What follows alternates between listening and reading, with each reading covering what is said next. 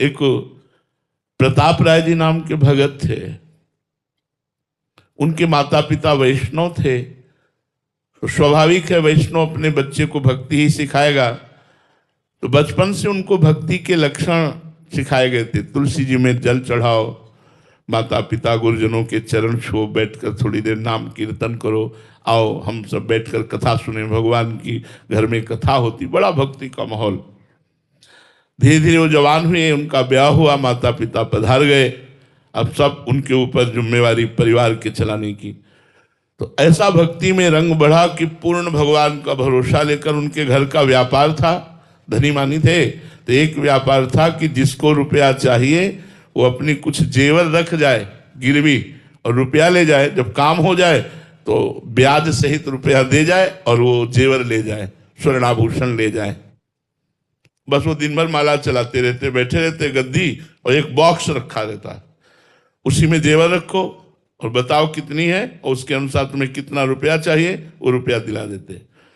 बड़े आनंद से जीवन चल रहा था, भगवान की शरण में थे कि वहां का काजी जो था, उस समय बादशाह मुगल था, और काजी भी ईर्ष्या करने लगा कि बड़ा भजनानंदी है, बड़े चैन से जी रहा है। अब काजी के मन में प्रेरित कौन कर रहा है? उर प्रेरक रघुवंश विभूषण, भगवान ही प्रेरणा करने वाले। उसने 3 ठगों को तय किया, इसको बर्बाद कर दिया जाए। पूरी प्लानिंग हो गई। और प्रताप राय जी कभी देखते नहीं थे कि क्या बॉक्स में रखा जा रहा है, वो बता देते थे आधा किलो सोने के आभूषण है, तो उसके अनुसार से वो पैसे दे देते। भगत थे वो, निरंतर भजन में रहते, विश्वास था। वो ठग गए। एक गया और कहा कि 1 किलो ये मेरा स्वर्ण आभूषण है, मुझे बेटी के ब्याह के लिए 10,000 रुपये चाहिए और मैं ब्याज सहित आपके लौटा दूंगा। तो बोले स्वर्ण आभूषण बॉक्स में रख दो, पैसा यहाँ से ले जाओ, जब हो जाए तो वापस कर देना। दूसरे दिन दूसरा ठग आया, ठीक वैसे ही बात। तीसरा ठग आया, ठीक वैसे ही बात। 10 दिन बाद तीनों वापस होते हैं। पहले वाला आया, ये आप लोग ब्याज से 10,000 रुपये, हमारा 1 किलो सोना दो। तो बोले जहां रख गए थे वैसे रखा है, उठा लो। तो उन्होंने थैली उठाई और हल्ला मचा दिया, देखो भाई ये कितना ठग है, हमने सोना रखा था, इसमें कंकड़ और पत्थर भर के रख दिए।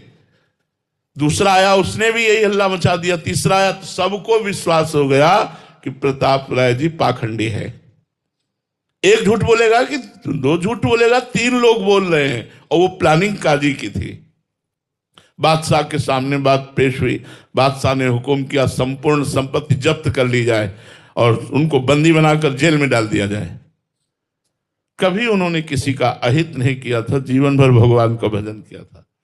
उन्होंने अपनी पत्नी, जब ये बात उनको सूचना लगी तो पत्नी से कहा, ठाकुर जी को लो, जल्दी मायके भाग जाओ, ठाकुर जी की व्यवस्था मायके में हो जाए तुम्हारे, उनको भोग लगे, उनकी आरती हो, उनकी पूजा हो। राज परिकर आया, संपूर्ण संपत्ति लूट ले गया, उनको बंदी बनाया, जेल में डाल दिया। तो काजी को सूचना मिली अभी पत्नी और ठाकुर जी और उनके आभूषण तो बच ही गए हैं। तो मायके से पत्नी और उनके ठाकुर जी और आभूषण सब बंदी बना। तो ठाकुर जी और आभूषण खजाने में डाल दिए, उनको ठाकुर जी से क्या मतलब, और पत्नी को जेल में बंद कर दिया।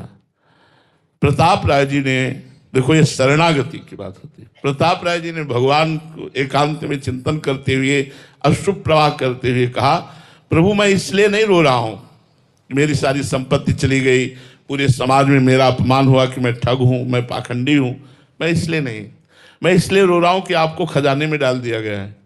अब ना आपकी मंगला सेवा होगी, ना राजभोग सेवा होगी, ना शयन भोग सेवा होगी। प्रभु मुझे जो चाहो दंड दे दो, लेकिन मैं जो आपको दुलार करता था वो सेवा मुझसे छूटने की अब सहन नहीं होगा, और मैं किसी न किसी विधान से प्राण त्याग दूंगा यदि आपकी सेवा ना हुई तो। आप कोई विधान बनाओ जिससे आपकी सेवा हो, मैं जेल जीवन भर भोगूंगा। उसी समय भगवान प्रकट हो गए और भगवान ने कहा, तुम इतनी विपत्ति में भी धैर्य नहीं खोया और हमारे सुख का चिंतन करते रहे। प्रिया प्रीतम प्रकट हो गए, साक्षात भगवान का दर्शन हुआ।